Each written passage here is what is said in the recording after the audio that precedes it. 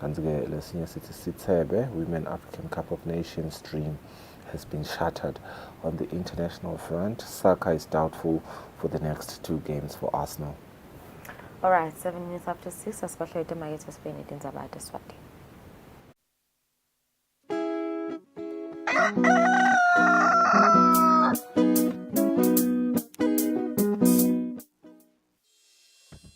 Umsakazo wetithombe iEswatini TV utibophelele kuhlonipha nekulandzela umgomo wetekusakata loweluswe libandla letekuchumana eVeni. Ngephansi kwalomgomo sitimisele kusakata tindzaba letentiya ngaleso sikhatsi tindzaba letide emagama lacosheme letitsembekile letitsinza tonke tinhlangothi naletisebaleni kusukela kutepolitiki, tetemphilo, tekulima, tetinkantolo netemhlaba wonke jikelele siniletsela tindzaba njengoba tinjalo ngaleso sikhatsi letenteka ngaso. Kanzi kulomsakato siphindze sikulethele lonke luhlobo lwetemidlalo kusuka emidlalweni welibhola letinyawo kuye emidlalweni ledlalelwa ematafuleni kanye naleto letiqhamuka ngaphandle kwakuleli. Leti tindzaba loutiletselwa ngumsakazo wetithombe iEswatini TV.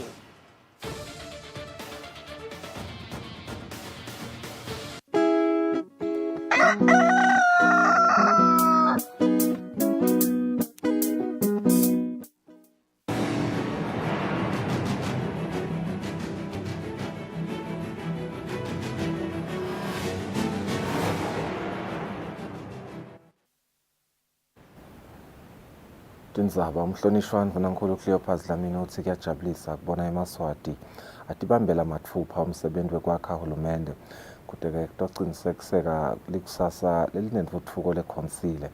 Vunankulu bekakhuluma emavuso Trade and Exhibition Center kaManzini ngesikhathi yavota eluhlelweni-ke noma eluhlweni lwekuvota lokukhetsekile phecelezi special voting. Sibonile eminyakeni lemibili lendlulile abantu babanga imisindo baseMaswati afuna lokho eMaswati afuna lokho namhla ke anikwe lithuba eMaswati ukuthi akadoti ikhulume la wona kusafunana atikhethela angakhulunyelwa ngumuntu kuyabonakala ke njengoba ubabona nje ukuthi lapha special voting ukuthi yababona sibagcwele kwani vele kunelisasasa setulu kakhulu eMaswatini ngalolu khetho atoti akhela hulumende wawo atoti akhela isystem ya usho lokho lomsilanganelo. Imvuna yetempilo lezinkosi ithi isibhedlela lesilapha labanemdlavuza lesikaManzini Manzini Hospital silapha-ke labangemakhulu lasikhombisa labanemdlavuza kanti kumanje sinemibhedze lengemakhulu lamabili kanti-ke sisachuba kahle impela. Imvuna behlola kusebenta kwalesibhedlela ngalesibili. Isibhedlela sasilungisa ngalesikhathi kwendiwa iCovid sesina 200 beds nyalo. La nganhlanye silaphela khona icancer ngalengenhlanye sitawuchubeka silaphele khona bo high blood pressure bo hypertension nabo diabetes nalokunye. Bengiyobuka ke lamhla ngoba phela bekusibhedlela sasirepurpose ngesingisi nekuthi ngiyobuka ukuthi kuhamba njani umsebenzi wethu wa cancer lapha esibhedlela. Kungena kwethu lapha ngakhazi bengibuka nje ukuthi sesifike phi bo oncologists kusho ukuthi bodokotela ba specialize ku cancer babili labakhona bahle batanangalanga embabane baphinze bayosida ngale bodokotela abanye bangi5 shuthi na 7 bodokotela bonesi balapha kubo 30 kodwa na ubuka usivele lo msebenzi imningi kakhulu lo wendiwa lapha nekuthi lama services taqhubeka siwende. Isikhona kwamanje ukuthi sende yona kona lokujova noma lokufaka lemithi lapha emtimbeni lambo chemotherapy imithi eka cancer ke njoba yatiwa ingoti kakhulu ine buthi lobuthide lokungasina setandleni tebantfu labangafanele bantu bangalimala ku yendiwa ichemotherapy siphinze sikhone la even ukuthi sihlinze labo dokotela bakhona nje ukuthi nakufuna kuhlinza lokuthide lokwendiwako siyakhona kukwenda la ngekhathi 7 kwaletinye tifo tabo cancer tikhona tiba complicated kwanze ukuthi kusebucosheni sekusinga ukuthi kube nabo surgeon labanye labathide. Imvuna yetekulima setfulela uhlaka lolutawukhombisa lonke lisito lolutholakala etiko letekulima. Wana lophakamisiwe ucukethe imisebenzi yelitiko letekulima ngekwehlukana kwayo kuthi sive sathi ukuthi sibhekaphi nasisinga kusitakala etiko. Injuna yetekulima Jabulani Mabuza isukumisa lobhukwana ithe ngokucala usukumiswa kanzi-ke utawufakwa imininingwane lemisha yalelitiko njalo nje njengoba nelitiko liyasebenza kunenge lelikwentako. I-ministry nebantu abayo i-publisha i-information lenengi lezama kukhanyisela eMaswati ukuthi ema-services la kanje atholakala kuphi, atholakala njani. Litiko laka-agriculture ke litiko lelibalulekile kakhulu, ikakhulukati ngoba vele yonke info icishe icale khona nalapha nje silana sidlile nguye agriculture, sigcokile nguye agriculture, empeleni nathi ucobo lwethu siqhamuke emhlabathini so nguye agriculture. So ke namhla ke besiphakamisa lowo mbhukuthu ke lowo ke i-information nje yonke lethinta le sector yaka agriculture ukuthi eMaswati akhona kwakhe. Litiko ke la ka agriculture likhona lonke lelive. Nasikhuluma njenge decentralization suke sikhuluma ngalo lelitiko ngoba kunema RDAs athe echithisaka nelive lonke, kunedingaphane dalo lelitiko tithe echithisaka nelive lonke, kunema stakeholders lathinzeka kulelitiko nawo athe echithisaka nelive lonke. Induna ke ibese ipha tindondo netitifiketi tinkampani letingaphansi kwaloko litiko kufaka ekhatsi iSwate nabo Cotton Board naletinye ngekuhlabana embukisweni walonyaka. Etindzabeni ngiyingiyani Msibi ngesembabane. Indvuna yetekuvakasha Moses Vilakati seyimemetele libandla lelitawululeka libandla letekuvakasha etinhlangothini letinengi lisasebenta. Kanti leli bandla liholwa nguProfessor Kusile Makagula. Leli bandla i-National Biosafety Advisory Committee itawubuka tindzaba tekululeka libandla letemvelo ikakhulukati etindzabeni genetically modified organs. Indvuna yetekuvakasha Moses Vilakati ithi le board inenzima lenkulu ngoba itabe ibuka tinhlangothi letehlukene kufaka ekhatsi tempilo nalokunye. Abafuna bekhona wetilwane. Utawubuka kuthi nakuswa nje letilwane tiyalethwa la. Tilethwa tingidoyi. Abe khona wema crops. Lo hey lama crops avela bakahle. Abe khona nebabokoti. Batobuka kusenguye lokoti noma sekulandwe nje lokusakotini akusasiye lokoti. So ngiyo ke ukuthi imqoka lena committee i-advisor le board yaka Environment Authority esethemba ukuthi lokunamhla sesibeka litawuqhubeka iba advise. Kanti sihlalo wayo nguProfessor Kusile Makagula. Siyathemba ukuthi the trust labayibeka kokithi will be sufficient and we will be able to carry out our duties. But as always, we would also appreciate the fantastic support that we have had during our term. Lamanye malunga afaka ekhatsi Dr. Patricia Carmichael noLuyanda Khumalo, Dr. Gideon Shongwe, Sipho Shongwe, Madoda Mtsiniso na Ayanda Ziyane. Etindzabeni kubeka Giyani Msibi naLinda Dlamini nasigcineko Simelane embabane. Kanti indvuna yetemvelo Moses Vilakati iphindze yethula libandla lelitawubuka tindzaba temvelo kuleli. Sihlalo ke waleli libandla ngumlungisi Simelane. Lenye imsebenzi yelibandla letemvelo ukuqinisekisa ukuthi imvelo yongekile nekuhambisana nemagoli yakamhlaba etindzabeni temvelo.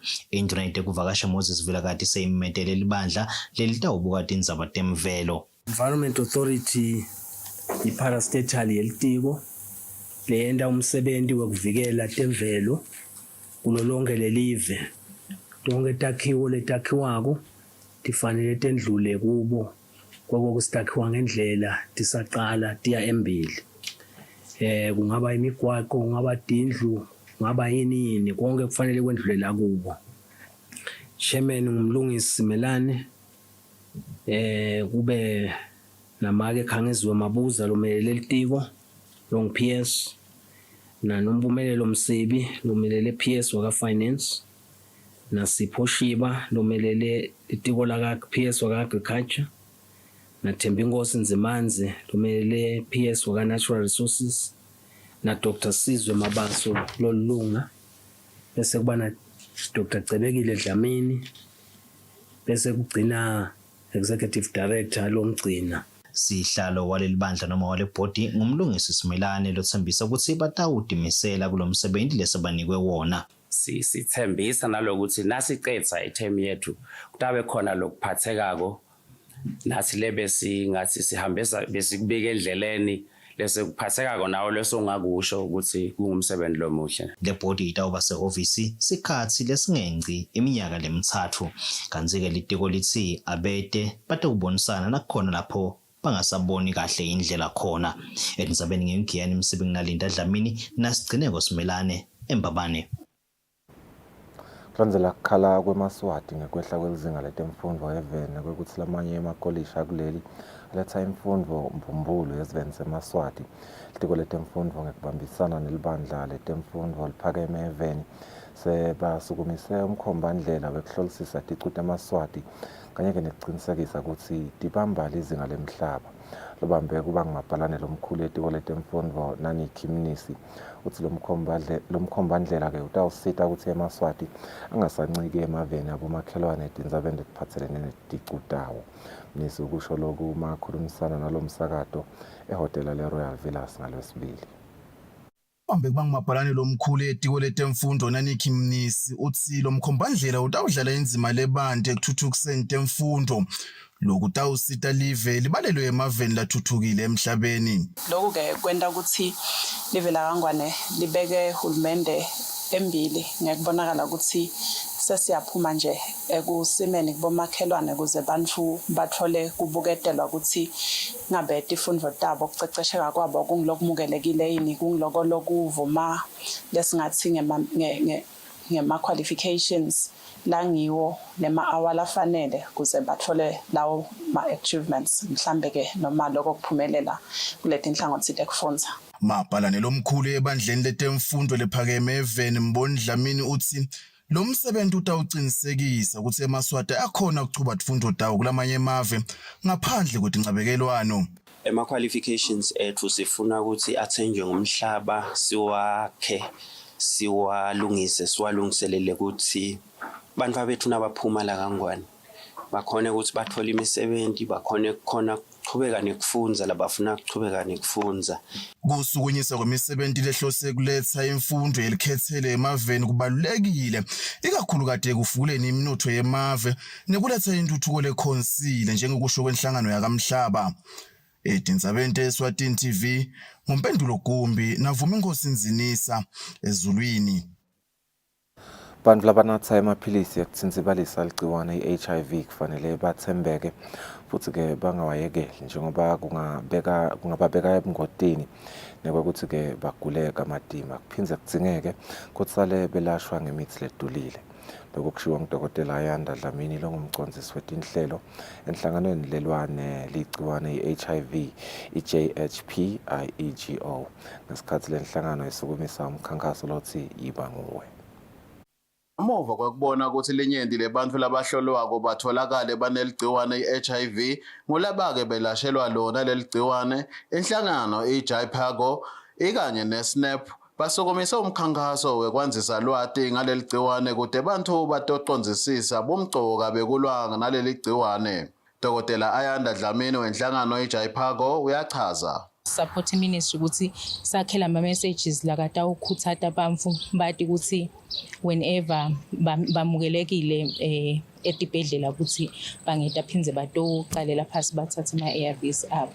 Lenhle Dube weliphiko lwahulumende lolulwa neligciwane i-HIV i-SNAP uthi kuyekela imaphilisi ekuthintsibalisa ligciwane i-HIV kungaba nemphumela lomubi njengoba kugcina sekude imithi yekwelapha labo lesebaguliswa ukuthi sebayekele imaphilisi. Nangabe kwendekile wathesta waba HIV positive lokho angeke kushinje kusho ukuthi salo ungenela hlelo lokuthi utelaphise uthathe emaphilisi ngendlela lengakhona angeke kuze kushinje. Nangabe kwendekile waphuma wangawanathi emaphilisi ngendlela siyakukhuthaza ukuthi buya esibhedlela utichaze kahle ukuthi cha ngeke ngaphuma ngaba nenkinga ke jase ngibuyile utochubeka nemaphilisi akho.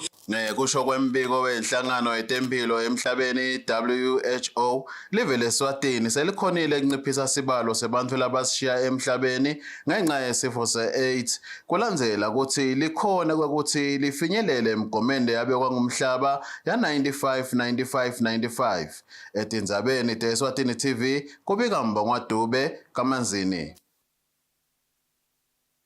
Kodwa temcebo waphansi nemandla belibambe umhlangano kanye nebantu labasha ukuthi babakhuthade futhi babafundzise ngetindlela konga imali kube ngumhlangano lobo ubanjelwe ehotela le-Hilton Garden Inn eMbabane itolo kusukela ngensimbi yesiphohlongo ekuseni ke kumbane insimbi yesine ntsambama kunembiko.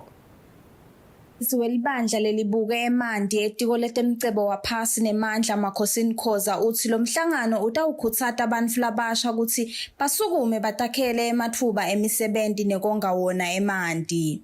Kulo hlanganisi lweMandi anjani ematfuba nguyiphi into lebangayenda ikakhulu ekutheni laMandi akwadi nanawo ukuthi adevelope ke noma ngaba kusetshenzisweni kwawo ikakhulu ke siyade ukuthi eMandi ayimpilo.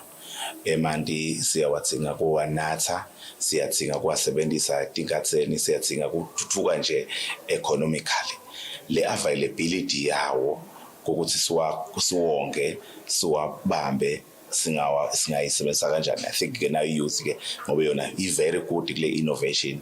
Dokotela Lihle Mafu longithishela enyuvesi lenkulu yaKangwane uthi lo mhlangano wekufundzisa abantu labasha ngetindzaba tekonga eMandi umcoka kakhulu ngoba insha ingaletha lamanye emasu langasita live kongeni eMandi. Sidinga abantu labatawuka bosomabhizinisi labancane, sidinga abantu labatawu innovator, sidinga abantu labatawungena nakhulumende basebentele live, sidinga abantu labatawu amabhizinisi lamancane latawusebenta le emakhaya kude sitawukhona ukuthi abantu bathole imali lahlobile bathole imali lenele for lokho labafuna ukwenza. Sikhulumisene ke nebantfu labasha kuva ukuthi lo mhlangano utawubasita kangakanani nekuthi live litawusitakala njani etindzabeni teMandi. Kungisita ngalo ukuthi I have a better understanding of lokuthi le resource and how can you better manage it even as youth. This is a platform ukuthi letinto lebesifundza at school sikhona ukuthi ke sicale ukuthi apply etindzabeni kubika noSipho Nsibande navuma Inkosi Nzinisa eMbabane.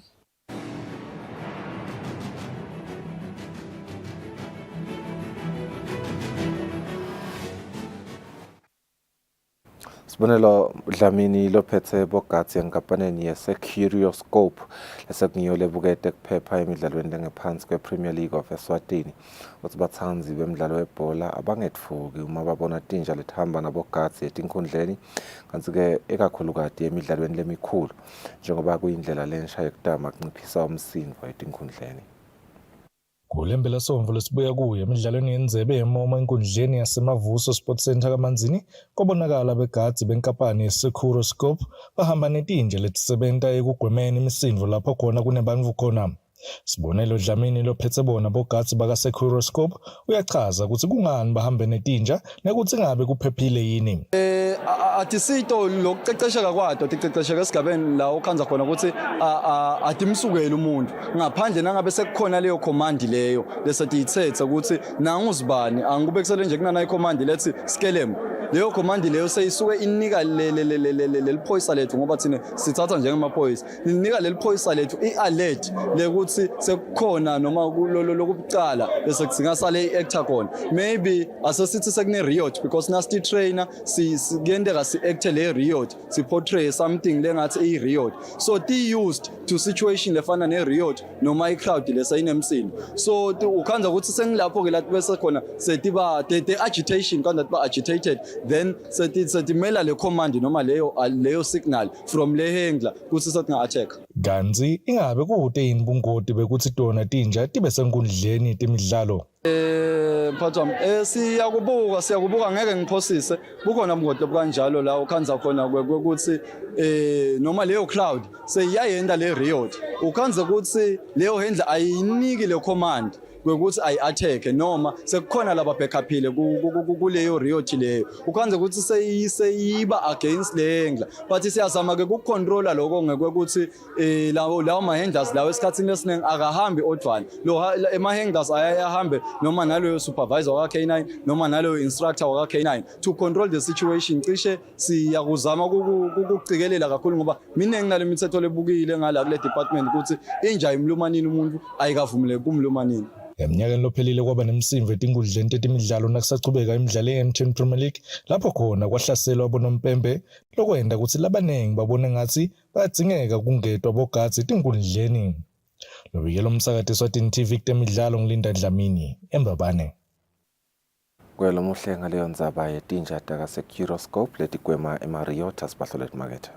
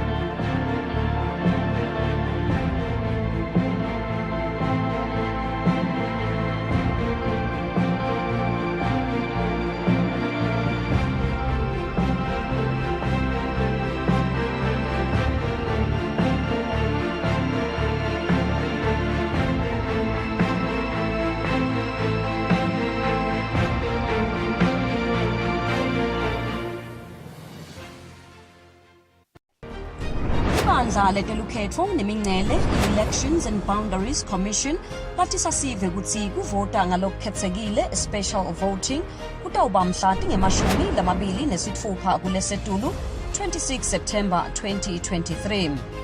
Kansi lukhetfo lolukhulu lona lutawubanjwa mhla tingemashumi lamabili nemfica kulesetulu 29 September 2023. Ngete ngasala nasakha live letfu. Ngeke ngikuvotele bese unginiketa 200 emalangeni. Hayi ngeke akungelula. Liphalishi liqiniso siyalifuna kepha kube kuyangami ngabe sawukhetha nababantu labatawuletha ushintsho balethe inguquko umuntu lotawuthi bantu labasha mango wakithi manifuna kuphila manifuna liphalishi nakule kufunani kweni hayi ukuthi umuntu utasinika liphalishi utasinika mase kangenile sitawusala sibe yini Ezehle ushaya yona wena sibamvu labasha mhla ka 29 asambeni siyocedzela nakule sakucala siphume ngetinkhani siphelele simake sure ukuthi siyavota umango wonke sambeni kuma secondary elections sikhethe nangumuntu wenhlitiyo yethu masingakhetha kahle singabe singcobile mngani hayi laba sinike amapalishi bani labatasifundisa ukuthi lipalishi uletha njani usile mngani yemngani amasambe ngosiyami nayi nale khumbi yasemphakathi seyifikile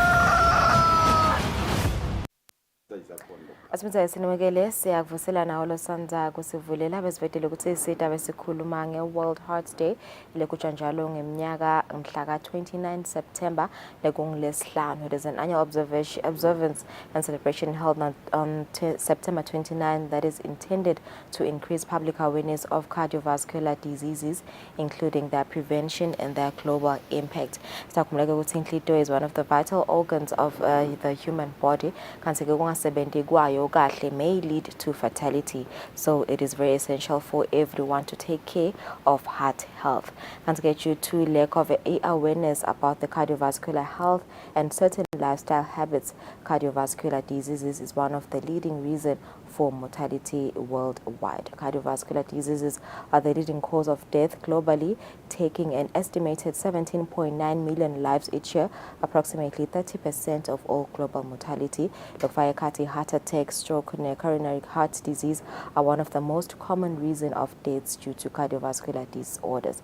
As guessing Nailapa Vusi Raymond Swakona Tigo, Edempilo, Testazel Rabandinje, Tifo Letibanga, Yona, a heart disease. Negutinja Vele, kumele sinakekele kanjani inhlitiyo yethu ukuthi sitawu sinza kule tifo leti asekuvuze sikwemukele sabonga Raymond ukuthi ube nathi lomhlahlelo. I think vele inhlitiyo njengoba uvelile nje ukuthi vele is one of the most important organs emfini ingabe vele mhlambe kubuda nje ukuthi imco kanganani vele nje inhliziyo ukuthi sinakekele.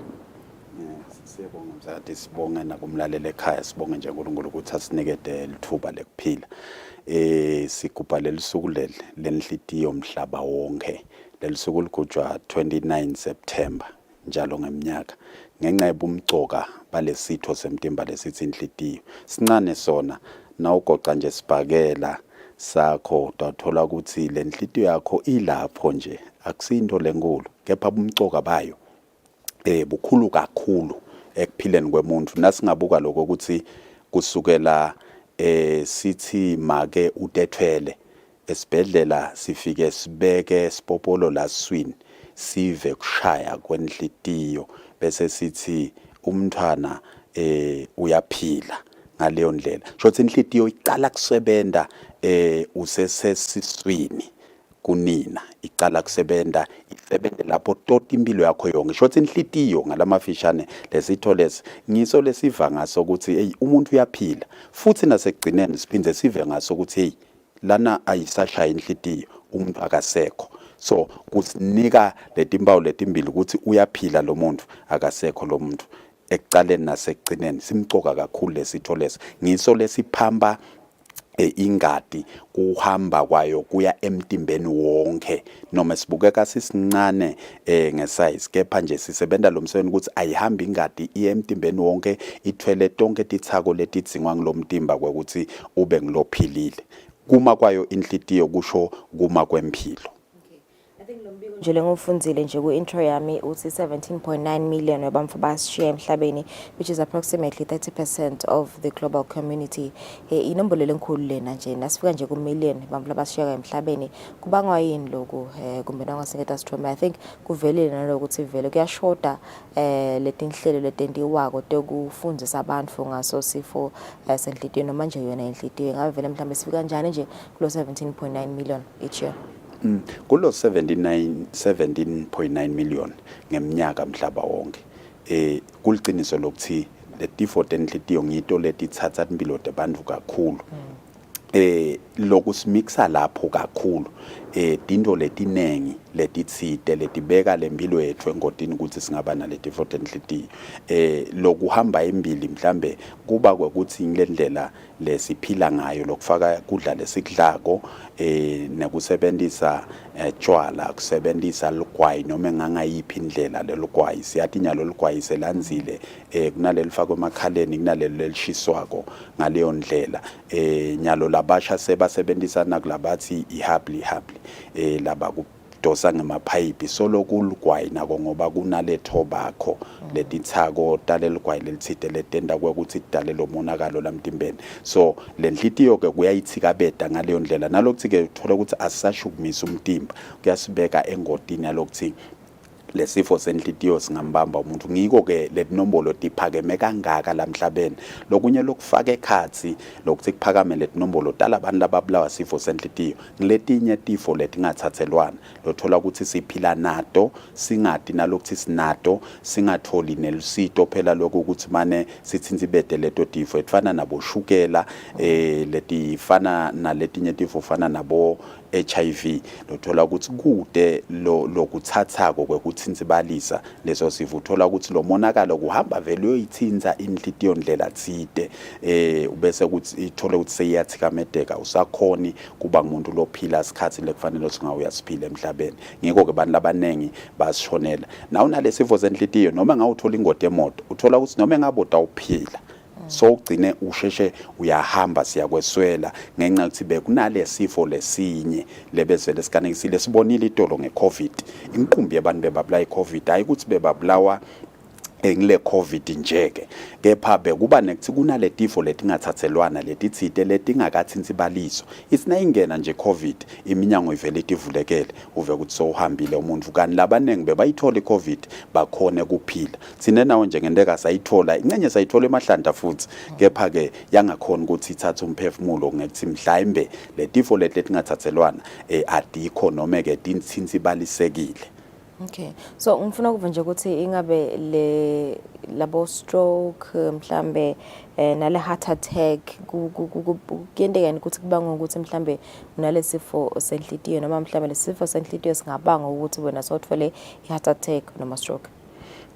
Lokuthi nje sekunale heart attack sekusifo senhlitiyo kukhona ukugula kwenhlitiyo bekukhona lapho le kufika kubo stroke nakhona uthola ukuthi kukhona lokungahambi kahle nala kule mithambo yengadi yekuthi mhlambe encenye sekuvalekile noma sekwakheka elihlwili indlela thide lavala la kulo mthambo wengadi lo ecosheni ngalendlela leyo sekungendeka kwakheke labo stroke indlela thide mhlawumbe kulesinye isikhathi imithambo lemikisa ingadi kuyo yona lenhlitiyo seyine kuthikabeteka indlela thide uthola ukuthi lenhlitiyo ke ayisakhona ukusebenza ngoba nayo lenhlitiyo noma izama kuhambisa ingadi emtimbeni iyayidzinga nayo lengadi nase kuvalekele mithambo ke leta khona la enhlitiyweni lesita lenhlitiyo ukuthi isebenze kahle nayo ingagcina ithikameteka sekunesifo senhlitiyo ngaleyo ndlela so ngakho kumgcoka lokuthi sigcizela lokuthi asitizame lokuthi sitigcine siphilile sibuke indlela lesidla ngayo ukuthi mhlambe sanzisa lokuhlada nje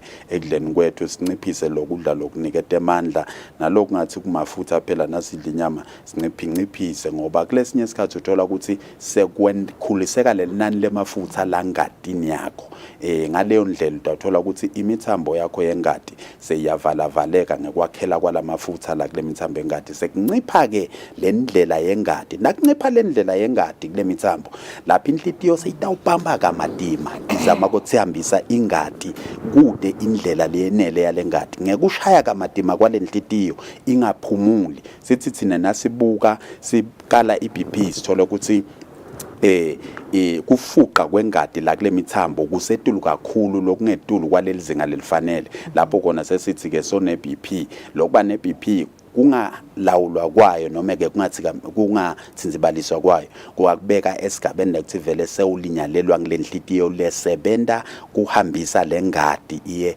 etindzaweni letehlukene temtimba. Okay.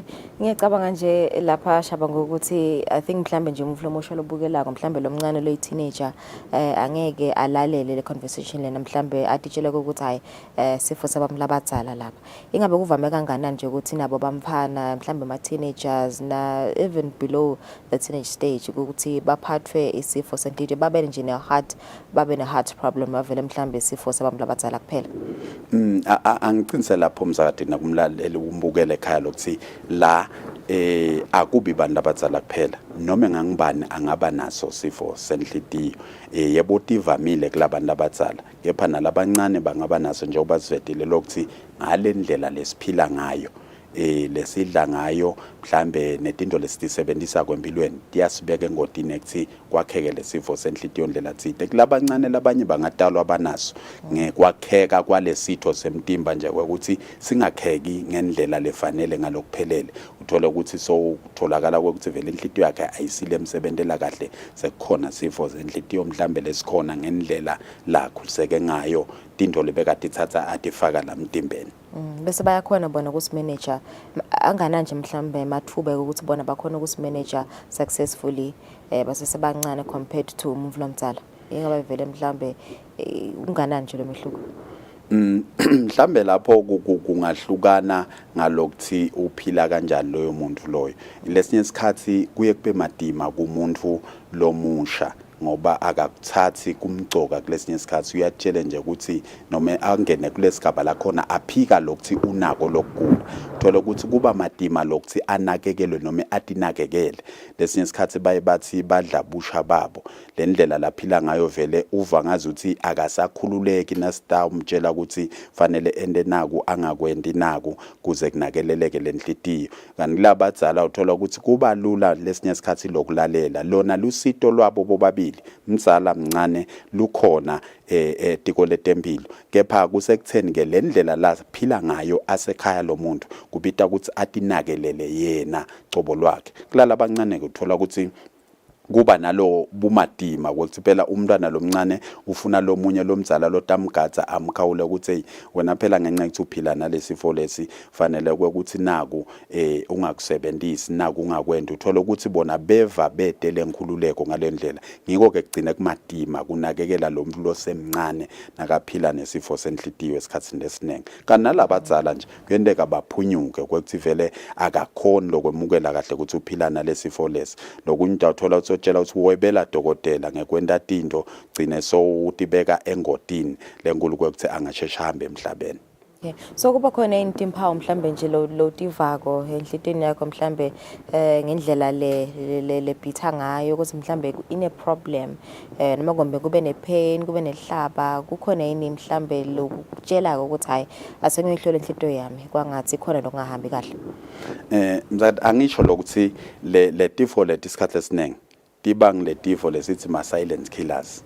Lo thola ukuthi isikhathi esiningi atifuni lokubika lokuthi mbambamba kukhona umonakalo losokhona kuba kancane la khona lo mnyudawuva athi sekunenhloko lengapheli sithi sihlola iBP sithola ukuthi vele iphakeme isetulo lo munye udawuthola ukuthi uva ulala insinze mhlambe ehlangothini lemtimba ndlela thide sibe nako lokuthi asesihlole nako sithola ukuthi kukhona vele lokonakela iBP seyisetulo ngiko umhlaba lonyaka unalesicubulo lesithi use heart no heart kumcoka kakhulu sonke sisasebenzisa inhlitiyo ngekuhlola letifo leti vele sitawusebenzisa inhlitiyo sawuhamba sibuka iBP sibuka lapho ukuthi inhlitiyo isha kanjani sisebenzisa yona lokuthi know your heart sithi yati letinombolo yakho yati lenhlitiyo yakho ukuthi nangiphilile mina yati naku lenkuvako namuhla manje sengiva ngathi igitsa kakhulu yatiwa nguwe lo tawusukuma usho ukuthi lele nkuvako nyalo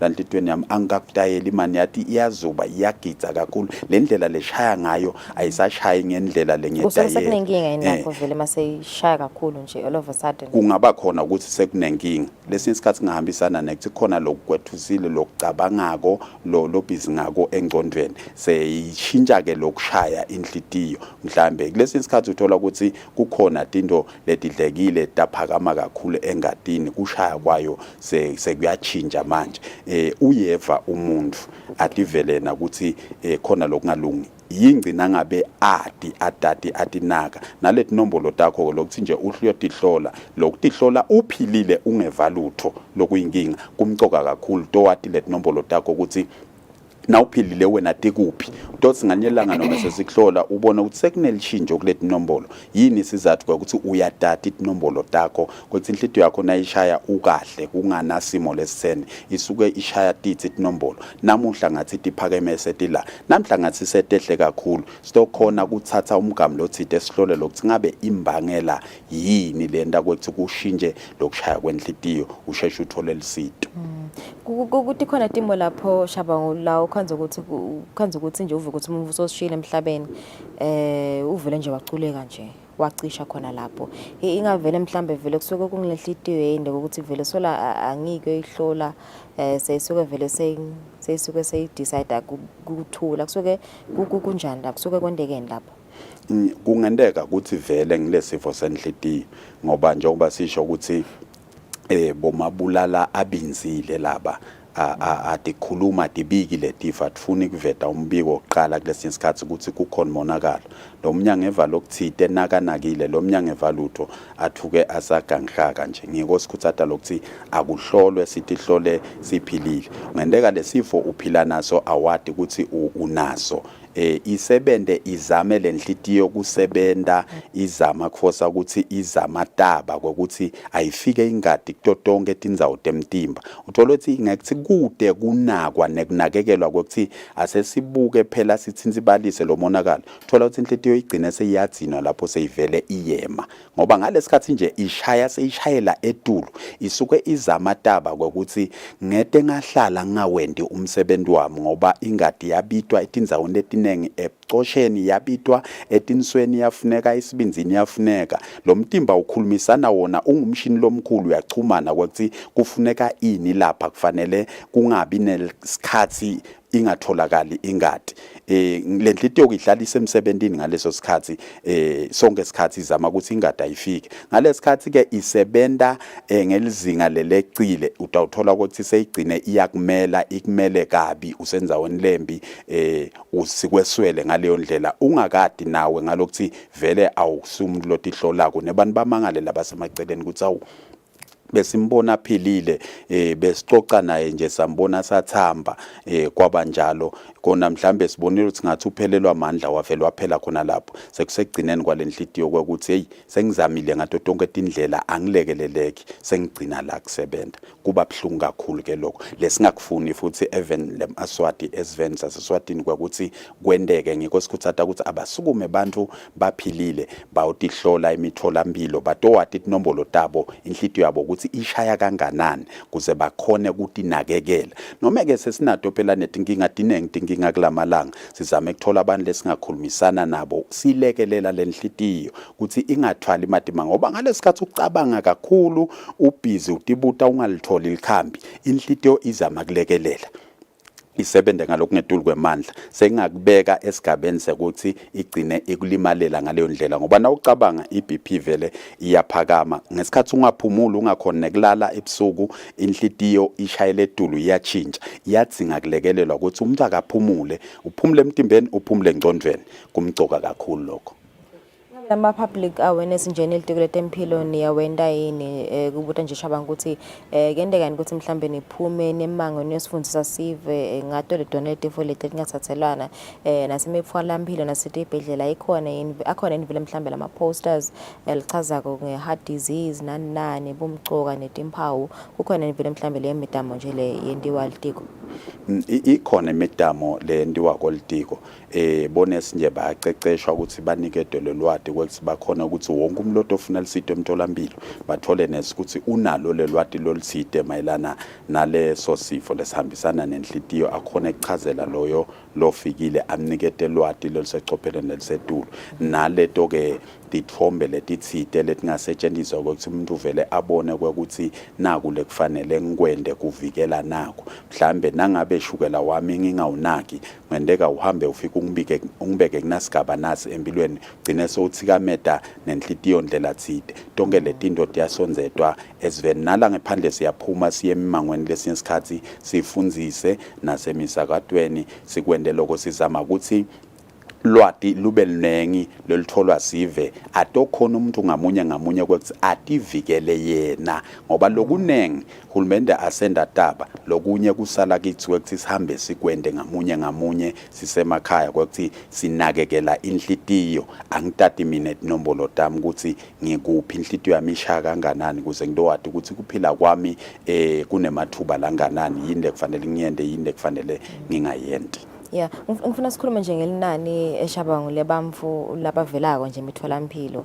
labavelako edibhedlela bayotihlola bangakaguli ngendeki lutho ingabe vele mhlambe leyo nombolo le yanijabulisa ukuthi nje kungene nje bamfu nje bathi hayi ngitohlola simo sempilo ngidonda ama test ashukela BP nani ngitohlola nje ukuthi ngime kanjani nje regarding my health ingabe vele mhlambe lelo linani lelo lebantu ulinganani ngibonga kakhulu mzansi angisho lokuthi eqinisweni lincane lelinani lelo lalabantu labavela nje bathi angiguli ngitoti ihlola nje ukuthi ngime kanjani ngicela kuhlola iBP mhlambe ngalo mnyaka athi nje umuntu ngoba ngiDecember ngicela kutoti ihlola impilo yami bancane kakhulu labantu labo labavela kanjalo la sibathola khona sibathola lengephandle nasenda lemikhankaso lemimangweni la khona ke bantu beta khona ngoba sisuke sisonzele futhi nakibo bese bayeta nje bayahlala esitulweni simhlola iBP sihlole boshukela sifundisane kulapho labatholakala khona ukuthi agibele ngemali yakhe ayemtholampilo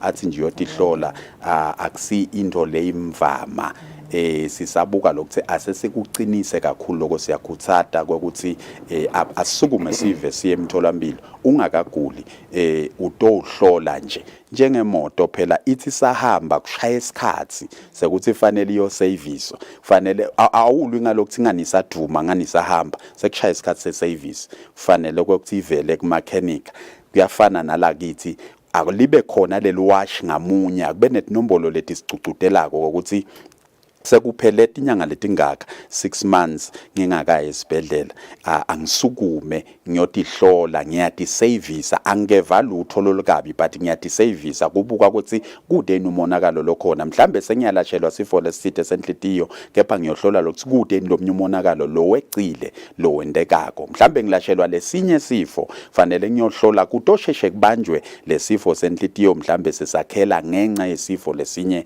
lengilashelwa sona kumcoka kakhulu lokho. Ngama exercises siyadloko ukuthi vele nayo inhlitiyo yadinga ukuthi ivocavoce ikhona itohlala nje iphilile. Sichazele nje on the different exercises nje lekumele ukuthi siwende njalo ngelanga kodwa sagcina inhlitiyo yethu ihealthy. Mhlambe kulokushukumisa umtimba akasho umuntu ukuthi kumqoka kakhulu kungiloyenye indlela lesingazama ukuthi sinciphise lamathuba ekuthi singagcine sibe naso sifo senhlitiyo empilweni.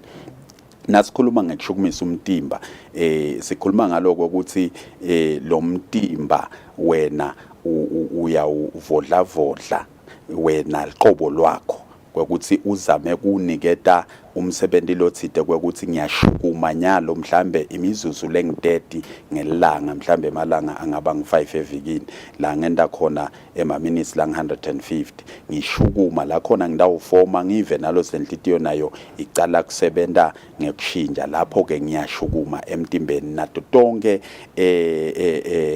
tinto letlamtimbeni tivakale ukuthi tingena kulomsebenzi emamasela ongabe semsebenzini kumcoka lakho ngisuke ngishukuma ngeke sikhulume mhlambe ngekuhlakula ukuthi nangithi ngiyahlakula sengishukumile ngoba lapha kusiyo wonke lo mtimba uthinzeka kepha ngithi angene mhlambe kungaba la khaya ukuthi ngiyashakutela ngeka lendlu la khaya ngoba kudzingize ngiye nasemgwaqweni la khaya nje la ngikhona khona ngiyashakutela ngithathe lesikhathi lesingimzuzu lengama-30 ngelanga kuyangisida lokho lokuthi inhlitiyo yami ijwayele lokukhahlela ingadi iye etinzaweni letinengi lamtimbeni kepha ke siyakhuthaza lokuthi phela nakabe ashukumisa umtimba umuntu akaqale kancane kancane siyathi ukuthi kuncenye besihleli singendi lutho cala kancane kancane ungathathi ilithamo lelikhulu kulokushukumisa umtimba ngoba inhlitiyo ngendeka ayijwayeli lokuthi ngihamba umgamo longaka ngisebende madima kangaka kukwende kancane kancane izijwayele lenhlitiyo ungete libanga kancane kancane ngekuva kwekuthi hayi sengiyakhona lokhu ngiyakhona ukugijima kangaka phinza ungete kancane kancane kugcine kujwayela lo mtimba awususi nje ucala nje bese uthatha umgamo lomuthe ungagcina usilimalela nalenhlitiyo ima yamangala ukuthi hey kwendekani nomhla igcine vele isimela kusebenta kumcoka kakhulu kungaba naku lesikwendako ukuthi sijima sivule tingoma siyashukumisa umtimba lapho ma aerobics isikanye kanye kujimeka lula ke lapho ngoba ithi nje lengoma lengqondo ngijayivela na engoma kanti lo mtimba ngaleyo ndlela uyashukuma ngekwenda njalo kujimeka lula ke lapho futhi nibanengi nalibatisana nalengqondo ithola nje kuphumula lokuthi ngilalele ekuhlabelela kanti nalo mtimba uyashukuma ngaleyo ndlela kuba kahle kakhulu dinengi letindlela tekushukumisa lo mtimba kepha noma sesiwushukumisile umtimba kuyabita ukuthi phela ngakusasa azame lokutilula ngoba besishukumisa umtimba zame nje kwenda lokho kushukuma kwemtimba lotaba kancane ke lapho sesiyadilula silula lo mtimba siya stretcha kumcoka kakhulu lokho lokulandzela lokutivodla lesikwendile mhlambe ngayidolo. Yeah, no ngiyavakala Shabang sibonga kusho ukuthi nje umlayito vele nje lenohambisaka nolitiko ukuthi asambe sotihlola benze futhi sivocavoca umtimba. Kumcoka kakhulu sitshintshe nendlela lesidla ngayo sisuse etshwala neligwayi empilweni yethu sidabe siphephile kule tifo lethi sithi nakekeleke nalele tinye tifo phela letingathathelwana ngoba ngekukanekisa kwato dingakubangela ukuthi vele sifo senhlitiyo sigcine sikhona kuthinzeka kwetinso ngenxa kuphakama kwashukela kulimala tinso kwalimala tinso inhlitiyo nayo kanjalo iyathinzeka so le tifo leti tigcine tiliqhungeqhunge letingathathelwana inhlitiyo ingasali ila esenta iyathinzeka noma ngabe nginini so kumcoka lokho ukuthi tonke tifo lesinato sitinakekele sitihlole kumcoka kakhulu sikhona ukuthi sitithinze balise sidabe lapho siphephisa inhlitiyo lekusitho lesimcoka empilweni kusitho lesisinga onke emalanga noma uyolala yona iyasebenta ilali ayiphumule kumcoka lokuthi ke sinakekele lithulusi lelimcoka sitho semtimba lesimcoka kakhulu inhlitiyo noma nini sikhumbule sisukela sadalwa beyisolusebenta toti nanamhla soloyethembekile inhlitiyo iyasebenta asinakekele. Yeah, kunjalo. Thank you so much Sibonga kakhulu Shabang. Ngibukele sokuthi vele asinakekele inhlitiyo yethu. 29 September is World Heart Day. Yena siqiniseko sekuthi uyahamba uyotihlola pheze futhi uyadinakekela uyavocavoca umtimba kude utawuhlala uphilile. Let's take a break. Sizabe sichubeke nehlelo.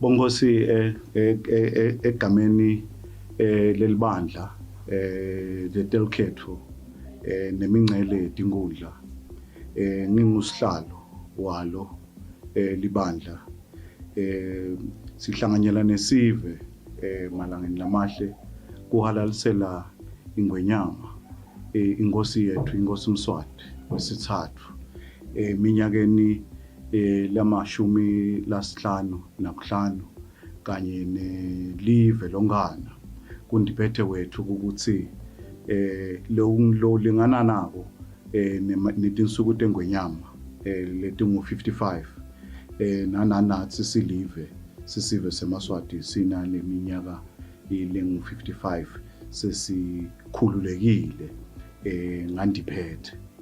Siyabonga ke bongosi sisahalalisele emakhosi ethu nelive ukuthi nebayitolo lekungibona lesithi te basebenta lelive makhosi ayitolo nesive seMaswati sonke sayitolo ngoba lokhu lesesifike lamhla siyasakukhanza lesikuhalaliselako ngilokuchamuka kibo lekubita ke ukuthi ke nathi siMaswati njengekukhonjwa indlela makhosi ngosi yelive sichubekeni silibeke live libe ngiloko lekungibona lesikukhanzile nathi nalokungcono. Maswati silibandla lelikhetho nemingcele sisahalalisele makhosi nelive ngandiphethe sijinga siphinze futhi siwabongele makhosi ngemsebenzi losetulo eveni welikhetho sisitengcile tigaba tokuqala lebesikito nyalo ke sekuseleke sigaba lesesisetulo ke lokungisona sona ke lesisitawu siniketa iParliament yethu isinikete futhi emabandla enkundla lokuba ubuchopho ke lobakhiwa induna tetinkundla lokungibona bosihlalo bese ke nabobuchopho bemiphakathi benkundla labakha lobuchopho lelibandla lenkundla lekungilona lelisebenzisana kanye neParliament nahulumende welive leMaswati wonkana.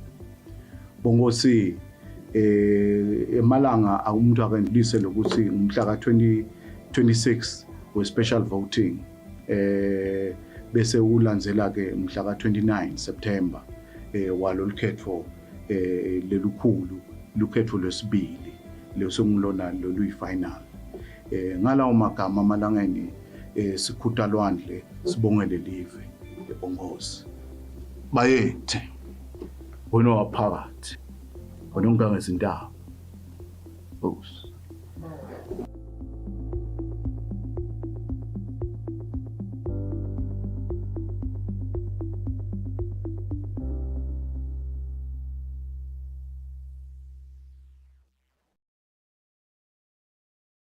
ngeke ngikuvotele bese unginiketa 200 emalangeni.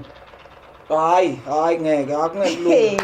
Liphalishe iqiniso siyalifuna kepha kube kuyangami ngabe sawukhetha nabantu labatawuletha lushinjo balethe inguquko umuntu lotawuthi bantu labasha mango wakithi manifuna kuphila manifuna liphalishe naku lekufuna kwenye hayi ukuthi umuntu utasinika liphalishe utasinika masekangenile sitawusala sibe yini ezehle ushaya yona wena sibamvu labasha mhla ka29 asambeni siyowucedzela naku lesakuqala siphume ngetinkhani siphelele simake sure ukuthi siyavota umango wonke sambeni kuma secondary elections sikhethe nangumuntu wenhlitiyo yethu masingakhetha kahle singabe singcobile mngani hayi laba sinike amapalishi bani labatasifundisa ukuthi lipalishi ulakanje njani uqisile mngani yemngani amasambe nkosiyami nayi nale khumbi yasemphakathi seyifikile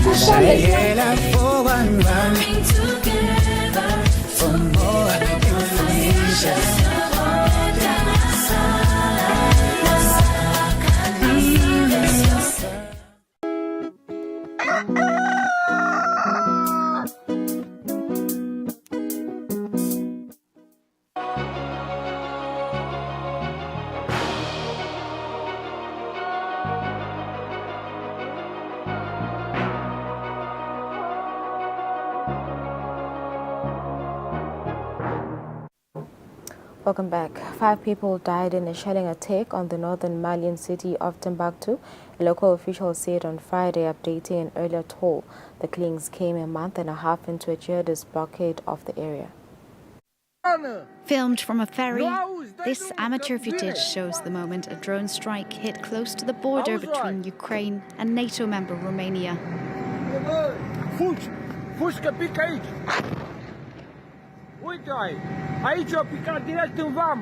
In a fresh overnight attack, dozens of drones were launched by Moscow around nearby Izmail, a key grain exporting port on the river Danube in the Odessa region. Operations were temporarily suspended at the Orlivka border crossing checkpoint.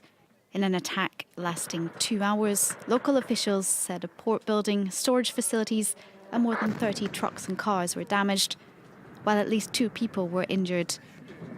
Ukrainian military reported shooting down 26 of the 38 Iranian-made drones. A day earlier, this non-residential area of Odessa, Ukraine's largest port, was the target. Factories and an out-of-use hotel were hit. The country's president promised to strike back. We will retaliate against Russia for every strike against our cities and villages, against every Ukrainian community. Odessa's regional governor said the facilities that were hit had contained almost 1,000 tons of grain after Moscow quit a deal back in July that ensured the safe transportation of Ukrainian grains via the Black Sea. Ukraine has stepped up its exports via the river Danube.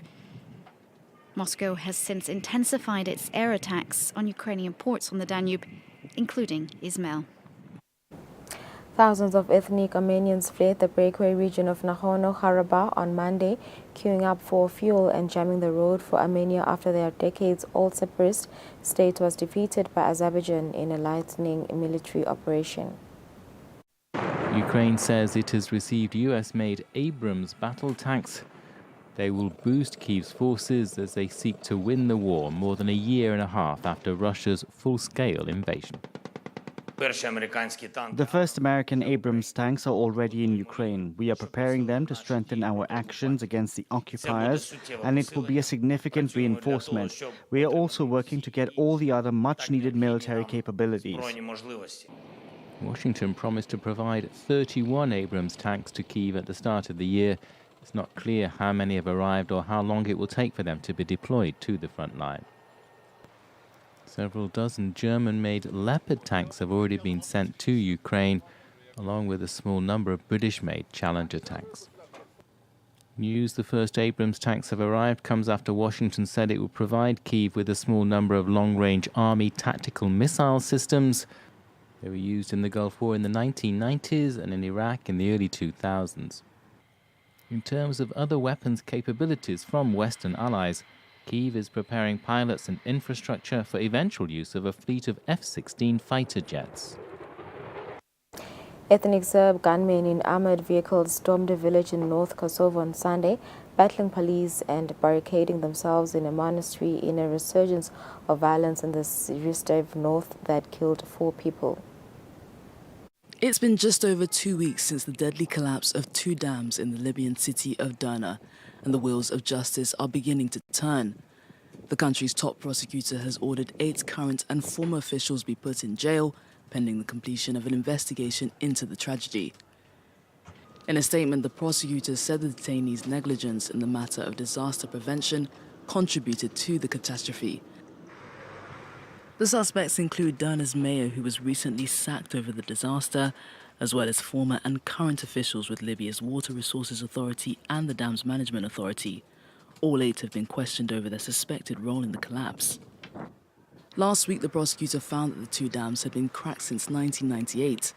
A Turkish firm began fixing the structures in 2010, but the 2011 uprising brought the repairs to a grinding halt. A contract between the Turkish company and Libya's water department will be the focus of the prosecutor's investigation. The detention comes after hundreds of protesters took to the streets last week to vent their frustration. They called for the removal of those responsible for the calamity, which left thousands dead.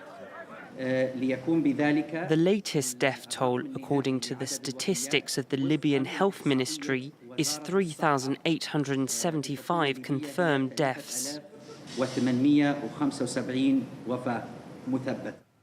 The grim search for those missing among the tangled ruins of Derna continues, with many more bodies believed to be buried under the rubble or swept away in the Mediterranean. The true death toll could be much higher. A third person has been charged in the death of a toddler apparently poisoned by fentanyl inside a New York City daycare center.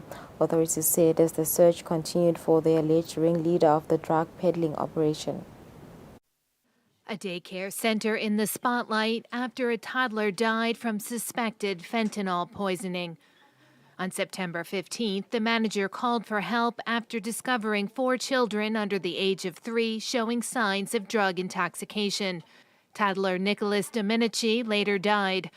A search carried out at the Bronx Daycare Center turned up a hidden compartment under the floor near the children's play area full of the synthetic drug fentanyl. The operator of the nursery and her tenant have already been arrested, while a third accomplice charged with conspiracy to distribute drugs was arrested on Wednesday. He alleged that the defendants poisoned 4 babies and killed one of them because they were running a drug operation from a daycare center. A daycare center. A place where children should be kept safe, not surrounded by a drug that could kill them in an instant. When law enforcement officers searched the daycare, they found a large quantity of fentanyl and machinery used to press and package narcotics for distribution. Fentanyl is a powerful synthetic opioid considered to be 50 times stronger than heroin. It's also become the main cause of most drug overdoses in the U.S., which topped 110,000 deaths in 2022. While fentanyl can be prescribed by a doctor to treat severe pain, much of what is consumed on the streets is illegally manufactured in Mexico by criminal gangs using chemicals from China. It's then trafficked across the border into the U.S. Addressing the public health crisis has grown more urgent, with opioids now the leading cause of child poisonings. A recent study showed that in 2021, more than 1,500 children died in fatal overdoses involving fentanyl. Over 100 were children under the age of 4. President Emmanuel Macron announced on Sunday that France will end its military presence in Niger and pull its ambassador out of the country as a result of the coup that removed the democratically elected president.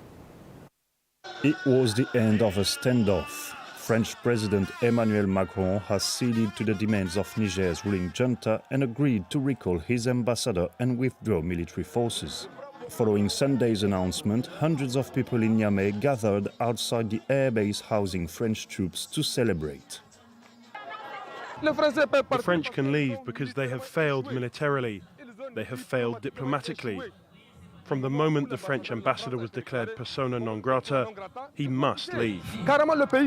It's followed nearly 2 months of back and forth. On one side, Niger's new military rulers, hungry for international recognition and strongly opposed to France's military presence. And on the other side, a French government that has struggled to keep hold of its influence in a country hosting more than 1,500 of its soldiers. A joint military partnership between Niger and France called Operation Al-Mahou had been making progress in the fight against terrorism. But in the wake of Niger's July the 26th coup, some in the country feel confident it can tackle terrorist groups on its own.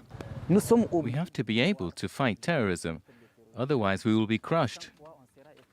If the terrorists are our fellow countrymen, why shouldn't we be able to combat them? However, since the overthrow of President Bazoum and the subsequent suspension of foreign military alliances, Niger has seen a rise in extremist violence. At least 34 people died in Benin near Nigeria's border on Saturday when a contraband fuel depot exploded into flames, sending up a black cloud of smoke into the sky and leaving dozens of charred bodies at the site. This is what's left of one of the burnt vehicles after the blaze. Remaining carcasses in what used to be a depot for smuggled fuel in the town of Semepoji. Damages are impressive, but even more so, the human losses. I myself have 4 members of my family who perished in the flames. My younger brother, same father, same mother, and his eldest son, my brother's wife, and my brother-in-law's wife. We have unfortunately recorded 34 deaths, including 2 babies. The cause of the fire was fuel, particularly contraband fuel. We have also recorded 20 injuries of varying severity. For decades, contraband fuel was transported illegally by road to Benin from neighboring Nigeria, to be then resold on the black market. When Nigerian President Bola Tinubu scrapped the fuel subsidy, petrol prices tripled, impacting its neighbor and highlighting Benin's deep economic dependence on its neighbor. In the Mexican state of Sonora, which borders the U.S., hundreds of people are reported missing and believed to be victims of violence between rival crime factions. A skull with what appears to be a bullet hole lies in the desolate expanse of Mexico's Sonoran Desert. The grim discovery suggests a violent end for this still unidentified person. It's a gruesome task for this search party on a quest to find missing loved ones. Someone just found these other remains. It's very possible that they are part of the remains of the skulls we found. Near the skull, they located dozens of human bones. These are devoted members of a collective called the Rastreadoras de Caborca, or Trackers of Caborca, a town in Sonora State. Their agonizing job: to find and identify human remains found in the desert, some of whom are victims of drug cartel violence. Police officers escort the group to ensure their safety. Like others here, group leader Brince Canastillo is driven by personal tragedy. Her brother disappeared nearly 5 years ago. We come to do these searches with high hopes to find them, to know what happened to them. It's very difficult. Canastillo says it's hard to deal with conflicting emotions when they find human remains. While the search for that victim has ended, so too has the hope of finding them alive. Relatives say they find strength in the collective, bound by a shared mission, like Brisa Martinez.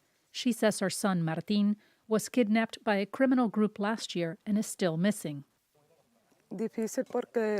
It's so hard because we don't know where he is, what they did to him, where they left him.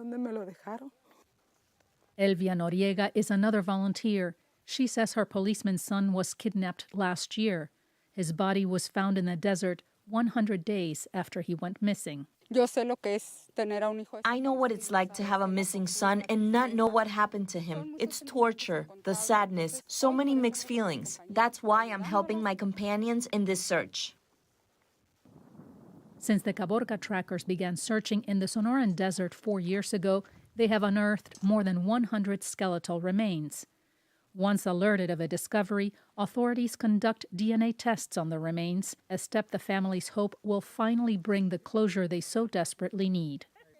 For Rubén Pereira in Sonora, Mexico, Veronica Villafañe, VOA News.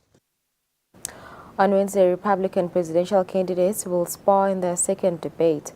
The venue chosen for the debate brings back the views of a former president who still serves as a conservative model to the party. Here, in what is hallowed ground for many Republicans, top GOP presidential candidates will face off for a second time. This is the library of the 40th President of the United States, Ronald Reagan, who remains an icon for conservative Republicans. Part of living better electrically. He began life in the public eye as an actor and liberal Democrat before switching to the Republican Party. As a popular two-term president of the 1980s, he held up conservative values, pushing for small government, low taxes, and more money for defense. Known as the great communicator, some of his simple, direct words changed history. Mr. Gorbachev, tear down this wall. Reagan has supplanted Abraham Lincoln is the most popular Republican in American history. Craig Shirley worked for the Reagan campaign and in the Reagan White House. He's also written 6 books on him. He says the current Republican candidates will likely compare themselves to Reagan during the debate. They include former New Jersey Governor Chris Christie, Florida Governor Ron DeSantis, South Carolina Senator Tim Scott, former South Carolina Governor Nikki Haley, biotech investor Vivek Ramaswamy, and former Vice President Mike Pence. Mike Pence certainly evokes Reagan-esque positions on issues, as does Nikki Haley, as does Ramaswamy. Ramaswamy argued in the first debate that China is more concerning than Russia's invasion of Ukraine. Former UN Ambassador Haley questioned the younger candidate's lack of foreign policy experience. Reagan, who was the oldest president in history at the time, quipped about age during a debate. I am not going to exploit for political purposes my opponent's youth and inexperience. Again, the Republican frontrunner, former President Donald Trump, will skip this debate. In August, Haley called him the most disliked politician in America, and Christie and Pence called for his disqualification.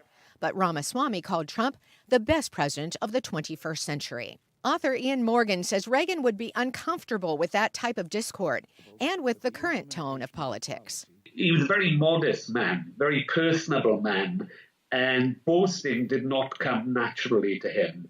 And that's something that isn't quite fitting into the current Republican mold. But Reagan's memorable one-liners still work. Are you better off than you were 4 years ago? That question remains a staple of U.S. presidential campaigns. So we'll see which candidate asks it first here on Wednesday night as they try to convince voters to return Republicans to the White House. Climate change is the dominant concern for the Pacific Islands Forum leaders who met with President Joe Biden on Monday, while the White House focuses on other regional threats like China's increased ambitions on the high seas. President Joe Biden began this year's summit of Pacific Island nations with an apology and an acknowledgement. First, giving his regrets for canceling a visit to Papua New Guinea in May amid domestic political drama, and then hailing U.S. diplomatic recognition of the Cook Islands and the tiny island nation of Niue. He also focused on the climate concerns identified by the 18 Pacific Island Forum nations and pledged funds for climate assistance and infrastructure. We hear your warnings of a rising sea and that they pose an existential threat to your nations. We hear your calls for reassurance that you never, never, never will lose your statehood or membership of the UN as a result of a climate crisis. These 18 member states have been battlegrounds of colonial conquest for centuries. The Cook Islands, for instance, are named after the intrepid Captain James Cook, the British adventurer who in the late 18th century violently conquered indigenous lands across the wide expanse of the Pacific from Australia to Canada for the Crown. That's something not lost on Prime Minister Mark Brown of the Cook Islands, who emphasized the relationship his country seeks with the world superpower. We have an opportunity here, as the Pacific Islands Forum and as the United States, to develop our partnerships for prosperity. But there's one name none of the leaders uttered in their public comments. Analysts say that China's increased ambitions, such as its security pact with the Solomon Islands, whose leaders skipped the Washington summit, is part of the calculation for the United States' increased engagement. But not all of it. The United States has been one of the most recalcitrant countries in the world on looking at the question of financing for climate adaptation.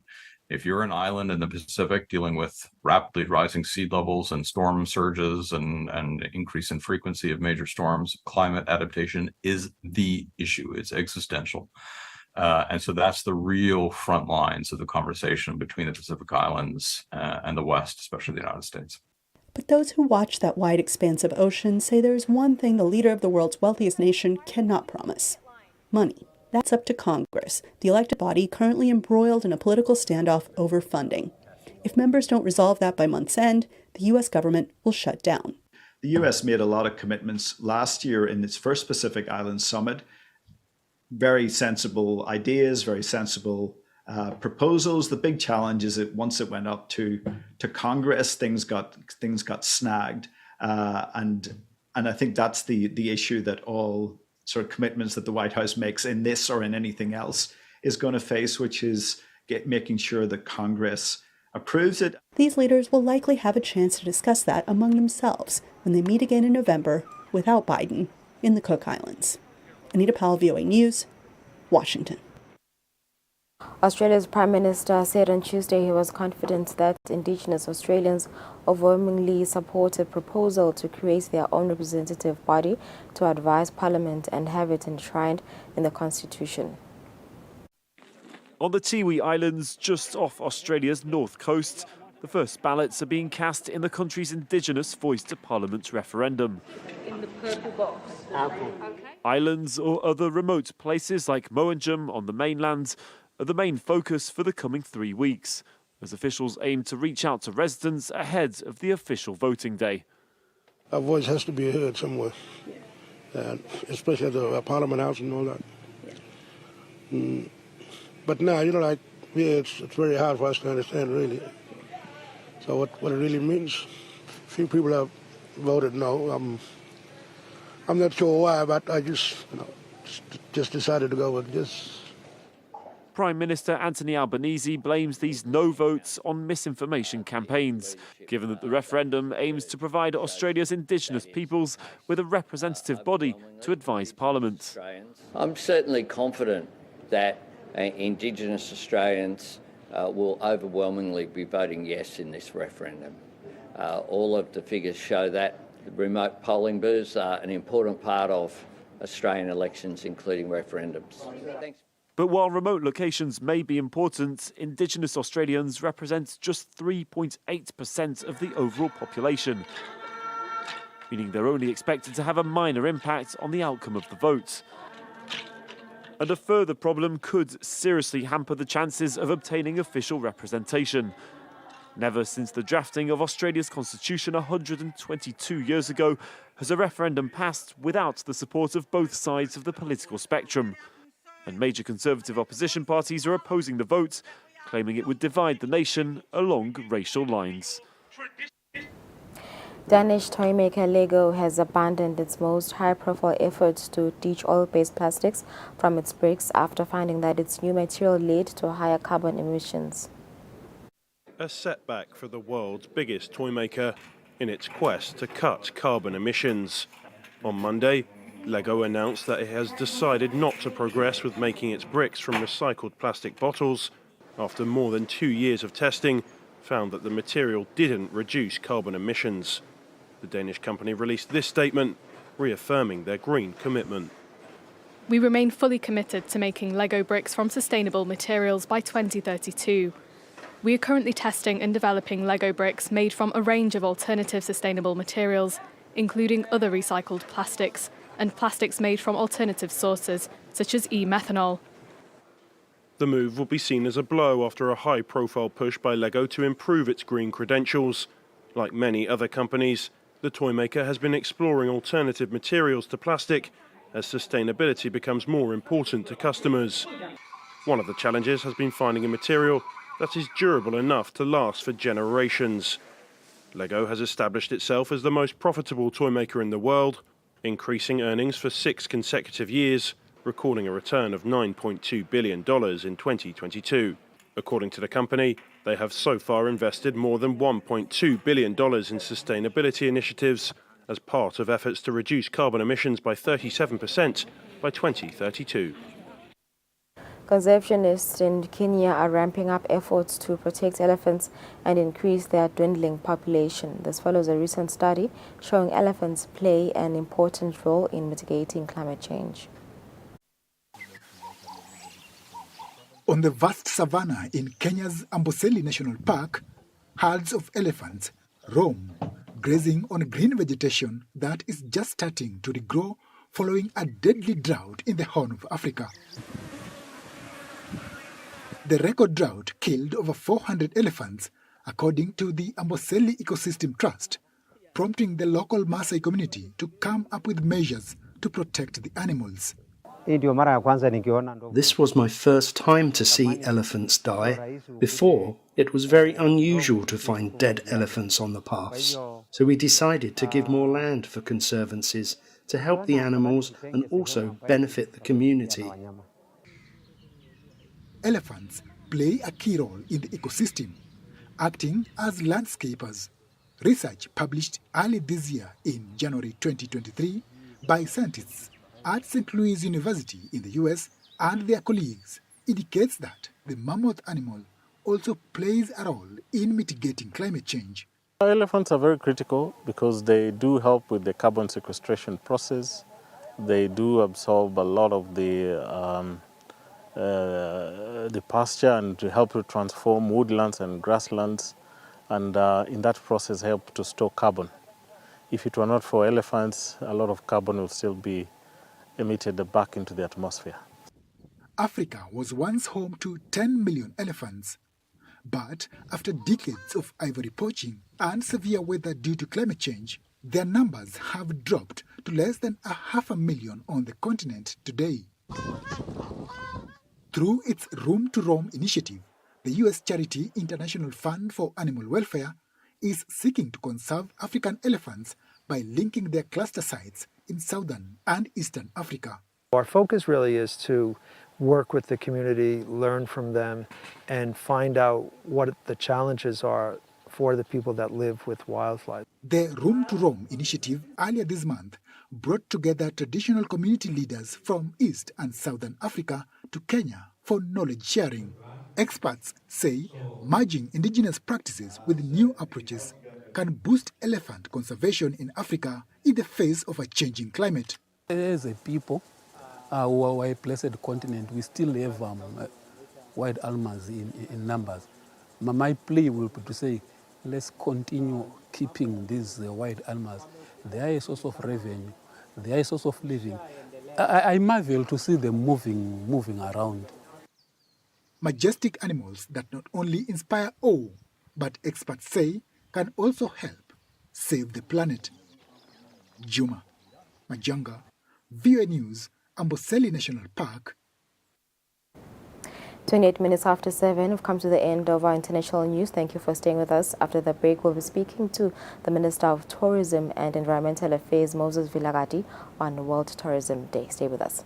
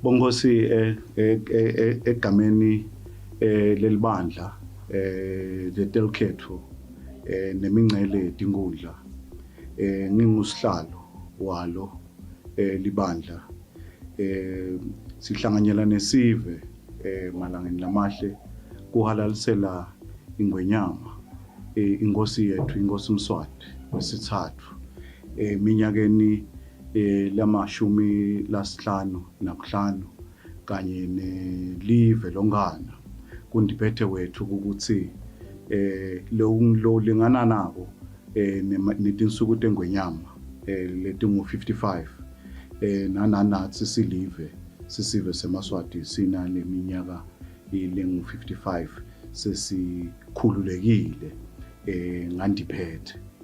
Siyabonga ke bongosi sisahalalisele makhosi ethu nelive ukuthi nebayitolo lekungibona lesithite basebenta lelive Makhosi ayitolo nesive seMaswati sonke sayitolo ngoba lokhu lesesifike lamhla siyasakukhanza lesikuhalaliselako ngilokuchamuka kibo lekubita ke ukuthi ke nathi siMaswati njengekukhonjwa indlela makhosi Nkosi yelive sichubekeni silibeke live libe ngiloko lekungona lesikukhanzile nathi nalokungcono Maswati silibandla lelikhethwa nemingcele sisahalalisele makhosi nelive ngandiphethe sijinga siphinze futhi siwabongele makhosi ngemsebenzi losedulo eveni welikhetho sisidengcile tigaba tokuqala lebesikito nyalo ke sekuseleke sigaba lesesisedulo ke yokungisona sona ke lesisitawu siniketa iparlamente yethu isinikete futhi emabandla enkundla lokuba ubuchopho ke lobakhiwa induna tetinkundla lekungibona bosihlalo bese ke nabo ubuchopho bemiphakathi benkundla labakha lobuchopho lelibandla lenkundla lekungilona lelisebenzisana kanye neparlamente nahulumende welive leMaswati wonkana bongosi emalanga umuntu akandlulise lokuthi umhla ka-26 we-special voting bese ulandzela ke umhla ka-29 September walolukhetho lelukhulu lukhetho lwesibili lesongilona loluyi-final ngalawo magama amalangeni sikhutha lwandle sibongele live ebongosi bayethe wona waphakathi wona ungangezindaba Nkosi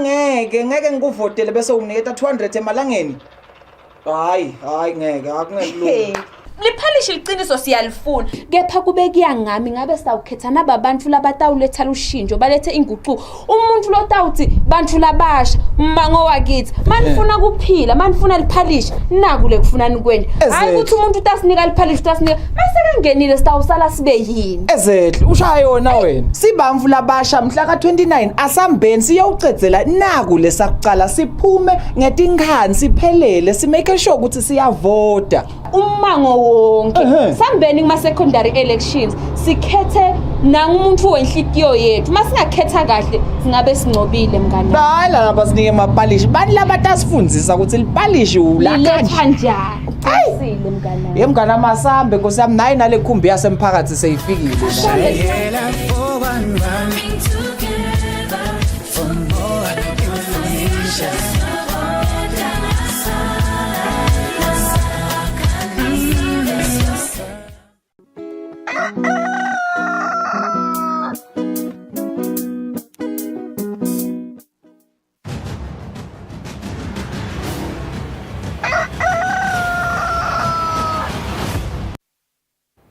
Welcome back to the program, Gwanelo Muhle. As the world commemorates Tourism Day today, the United Nations says tourism is one of the world's most important economic sectors as it employs 1 in every 10 people on Earth and provides livelihoods to hundreds of millions more. The Kingdom of Eswatini also holds tourism in high regard for development. Eswatini identifies 5 sectors of the economy regarded as key growth sectors based on their ability to deliver high impact on GDP growth, job creation and revenue mobilization. Now these sectors include education and ICT, agriculture, manufacturing, agro-processing, mining, energy and tourism. Let's discuss this development with Tourism and Environmental Affairs Minister Moses Vilakazi. A very good morning to you, Mpepetse. Thank you so much for joining us on the program this morning. It is a cold morning. Tourism identified with other sectors as key to deliver high impact on GDP growth, job creation and revenue mobilization. How does it achieve these 3 important things? GDP growth,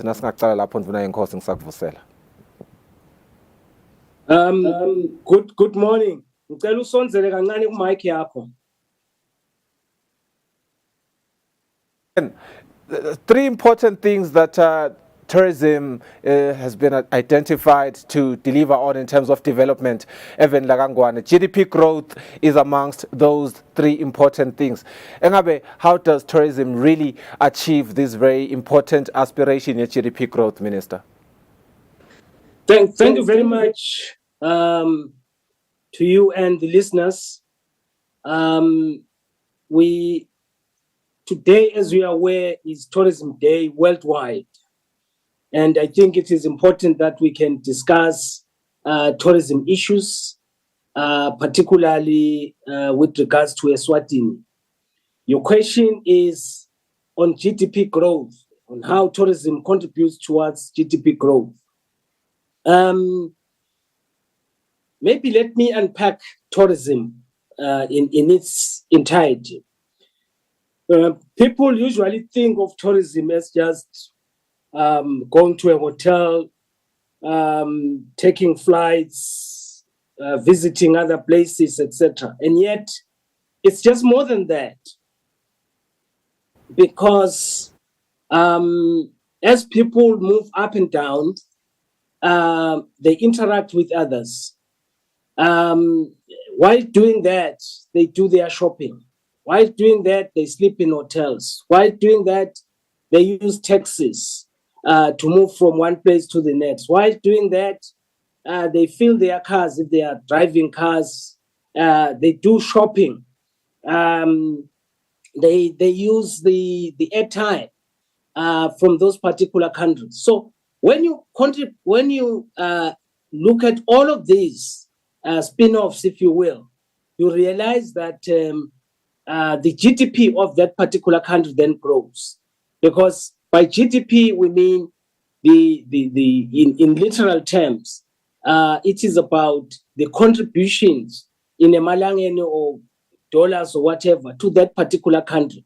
So all of these contribute to GDP. So tourism is one of those areas that contributes immensely to tourism.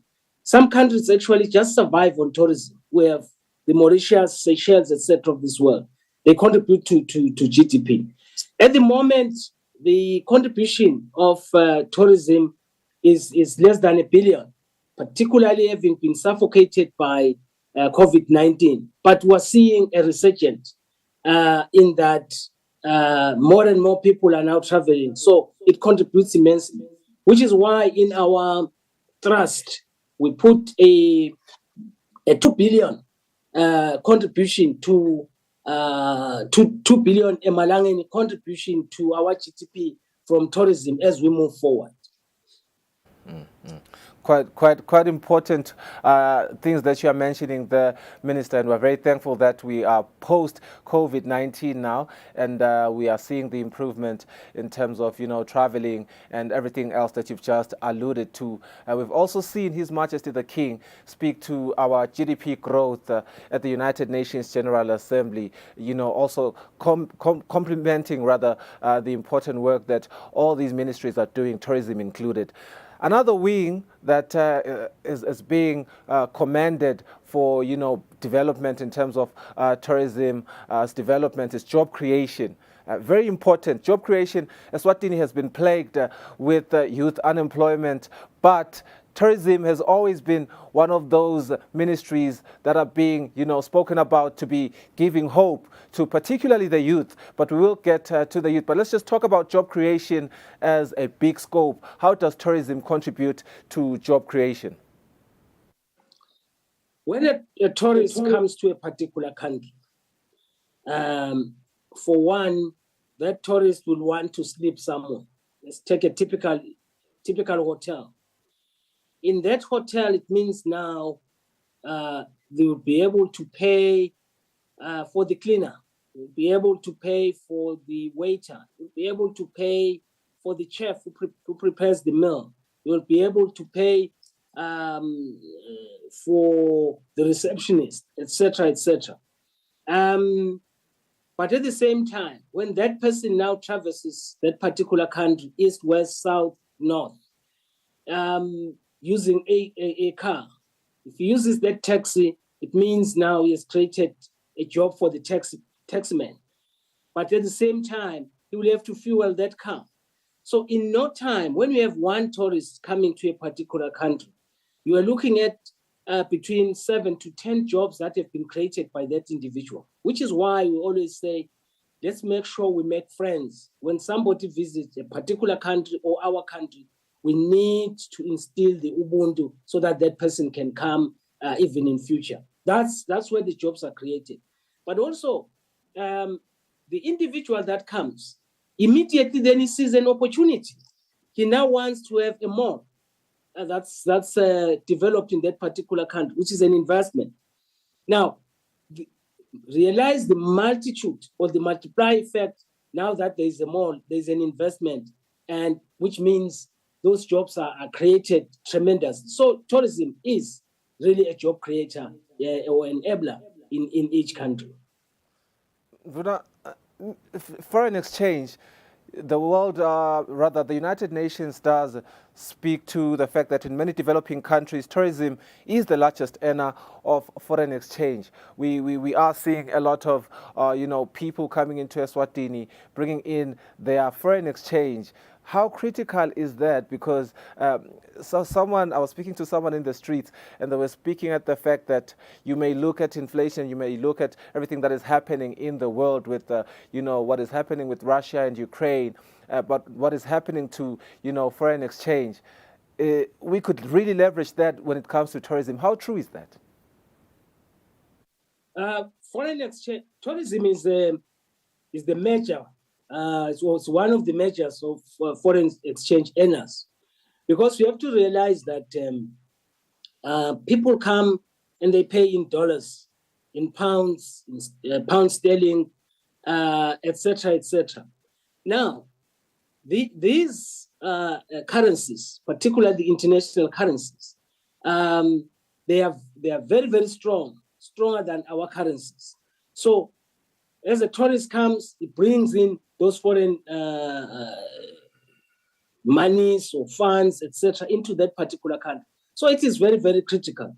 If you look at our statistics in the country, for example, yes, about 70% or so of our tourists come from our neighboring countries, which is in the rand denomination, or from Mozambique. But the 30% or so, 30 to 40% that come from abroad, from the Europa, the Americas, France, etc., they actually outpace the rands that we get from our neighboring countries. So in that regard, it means from a foreign earning perspective, we get more from those from abroad to ensure that our country can survive and become stronger. So that's really, really, really important from a revenue generation perspective. Thank you for that clarification, Minister. Let's discuss this year's theme, Skubulo Salonyaga, tourism and green investment. That's the theme for this year's World Tourism Day. Your ministry aligns perfectly as it also looks at environmental affairs. What are some of the projects that we have in the country that are in line with achieving the aspirations of targeted investments for the Sustainable Development Goals? Yeah, we'll need the whole day, but let me try and unpack it. The theme is well placed for us because it talks about tourism and green investments worldwide. Now, when you look at Eswatini, we have not exploited our green investment to the best of our ability. Here, we are talking about sustainable development, which looks at things like solar installations. Eswatini is a net importer of electricity, for example, where almost 80% of our electricity comes from Eskom. Now, we have a contract that runs up to 2025. And one wonders how we will then survive if Eskom says we're cutting that umbilical cord. So it means now we need to move very, very fast, ensure that we can exploit and increase our power generations within the country. Obviously, we are pleased that the Minister of Natural Resources is doing a lot of things with EEC to make sure that we can jump to great heights in that regards. But the issue of solar powers, solar panels, etc., become a reality because we can quickly install these. So is power from our dams. We are excited that the Makuduza project is going to take off immediately, but also the solar panels, the solar projects, solar renewable projects that are in line will ensure that at least we can increase our capacity from 20% to almost 50%. But we still have a long way to go because most of these will be in place after 2020 in 2026, which is after the 2025 deadline. So we need to work extra hard in that regards. But also the Ministry of Natural Resources have already started having solar panels in different different parts of the country, where particularly in areas which are inaccessible. We have a huge project which I'm sure I would love to invite you to go to at Mvundla area next to Sigcineni, where a small community is now using these solar panels, and they even have street lights. That shows that the issue of solar panels can actually assist us in when it comes to electricity generations. Yes, so that is the trust that we should have, and we're excited that there are other projects that are ongoing on when it comes to assisting communities, particularly the youth, on recycling. Today we'll be at Ngwenya, for example, Ngwenya glass.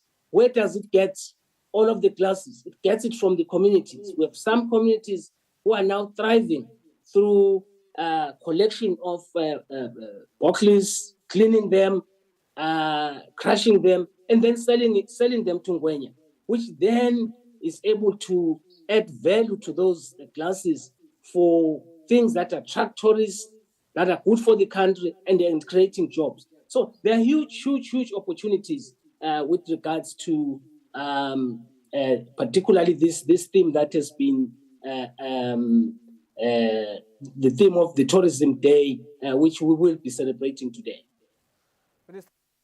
A clarification, we also see some researchers speaking about green investment, very particular attention towards green investment. But something interesting, they say by investing in trees, the sustainable management of forests could create $230 billion in business opportunities worldwide by 2030. Just a couple of weeks ago, we saw you relaunching the tree planting campaign for Eswatini. I think the drive is 1.2 million trees. I stand to be corrected. Luckily, I'm speaking to you this morning. Talk to me about, tree planting as a green investment. How far with this development in the country, and how far do we look to take it? Yeah, when we came into cabinet, we had to explore the issue of tree planting as a means of climate to actually meet climate change issues, particularly the greenhouse gases effects. So we then launched a program where we targeted to plant 10 million trees in 5 years time. We are pleased that we were able to reach up to 60% of that. The 1.2 million trees was on the forest day, because we were saying, look, if in each year during the forest day we could target 1.2 million trees, then would easily reach our target. Why 1.2 million? It's because the population is around 1.2, 1.3. So, and we achieved close to that, because we reached almost about 700,000 trees. But it's an ongoing process. Now that the rains, for example, are starting, we will again embark on this so that we can assist the country in as far as GDP is concerned, in as far as reducing the effects of climate change. But also because some of these trees are able to renew our valleys, our degraded areas, because when you plant a tree, you are able to solidify the soil, which is very, very important. That's why in the past, we're always talking about umhlaba uyimpilo yethu asiwonke. And through this tree or afforestation program, we are able to meet that target. Hence, we believe that it is the right thing to do, the right way to go when it comes to tourism, as well as mitigating environmental impacts in the country. Thank you, Minister. As a fellow youth myself, very much interested in one of the investments and developments that we've seen your ministry really tap into, which has been co-opting the youth, especially in environmental affairs. We saw you launching the Eswatini Youth Parliament. How critical is youth involvement in tourism and green investment? I'm also a youth at heart, so we are together there. I think when we look at the youth, we're looking at future generations. It is therefore imperative that we bring them on board, because when it comes to the youth, they have the innovative ideas and the creativity that can change the country's future, which is why we started off by looking at the youth parliament, particularly when it comes to environmental issues.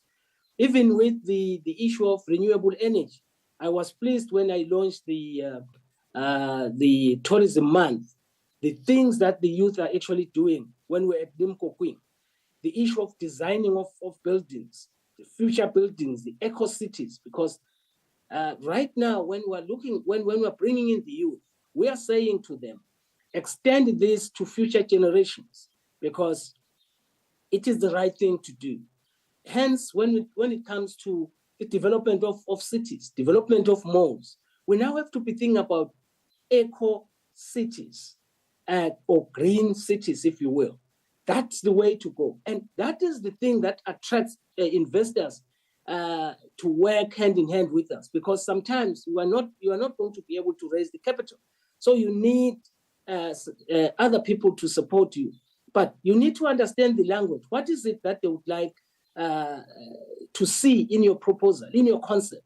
So the way to go right now, where the funds are, is in the green space, because everybody is really afraid, really unsure what the future will be like. You see climate change all the time, getting hotter and hotter. We're seeing areas without rains, but others having huge amounts of rain affecting communities. And it's all because of what we do. So the future, the youth, therefore, are the ones that have got to take the lead there, so that we do not experience this as we move forward. Very interesting. We've also seen how much of a tourism boom we've experienced this year. I would assume post-COVID-19, just ever since the pandemic, this year alone, we've seen the biggest numbers when it comes to tourism. How true is that? And, just looking at the cultural events, the entertainment side of things, our entertainment space has been growing with every year. Obviously, the likes of Bushfire, Luchu Festival. We've also seen House Music Fest now bringing in tourists. There's the one that happens as forgot for it. A lot of these events, let's tibonago, stalastikbona nvuna, uyoti pagamisa ahead of Gutsi Tendege. But interestingly, outside looking in, just as a journalist from outside looking in, culture is still leading when it comes to tourist attractions. How true is that? It is exciting. It is very exciting. After the COVID, when you see throngs and throngs of people converging either for umhlanga, reed dance, or for bushfire, etc., it shows that the country is really ready for tourists. What is also exciting was when the country was valued as the most attractive with Ubuntu for tourists, which is really great. It's not a small thing. Now, you have rightly said that the culture is still the major attraction, and that is still true. But when you look at the other attractions, they are coming up. But culture, because you have to realize that our culture has been with us for the past 400 years. So indeed, it will be the major attraction, because you find people, they say, look, we want to meet in Eswatini during the reed dance. And during that period, it becomes even difficult to get accommodation, which is a good problem, because it means there's a good problem. I love it. Minister, I'm very sorry I have to cut you there. We've come to the end of our conversation due to time and other segments that we have to have on our show. But you did say we will need probably the whole day to discuss this development. Nonetheless, what you have given us today has been more than enough. We do understand the importance of tourism and the important work that you do, which we are thankful for. You are indeed a youth at heart. Thank you so much for your time. Ibandla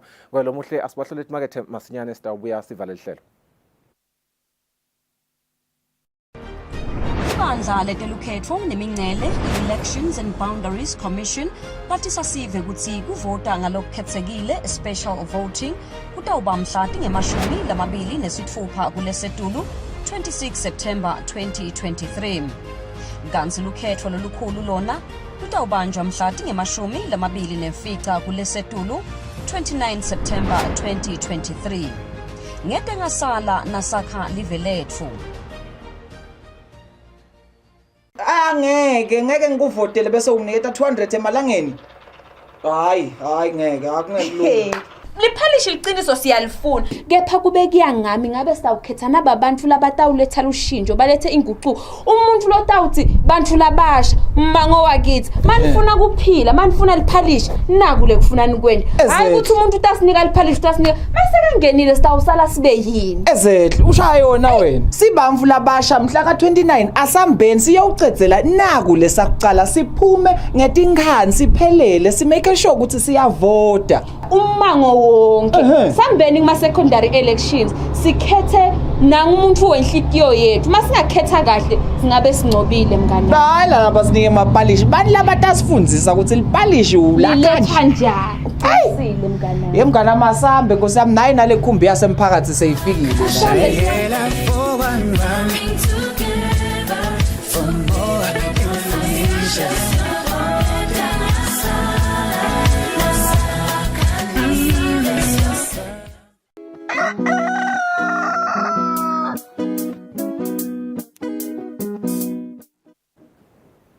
Mizuzu lemibili kuphela kuthi kushaya insimbi yesiphohlongo sesivele sanvalele sasathemba ukuthi indaba nelanga lelihle laleli iphephile kusele nje ilanga linye ukuthi siye kuma secondary elections sesema ukuthi sive samaswati sitawuphuma ngetinkhane kukhumbuta nje ukuthi Eswatini TV will be broadcasting the elections live from 7 a.m. on Friday.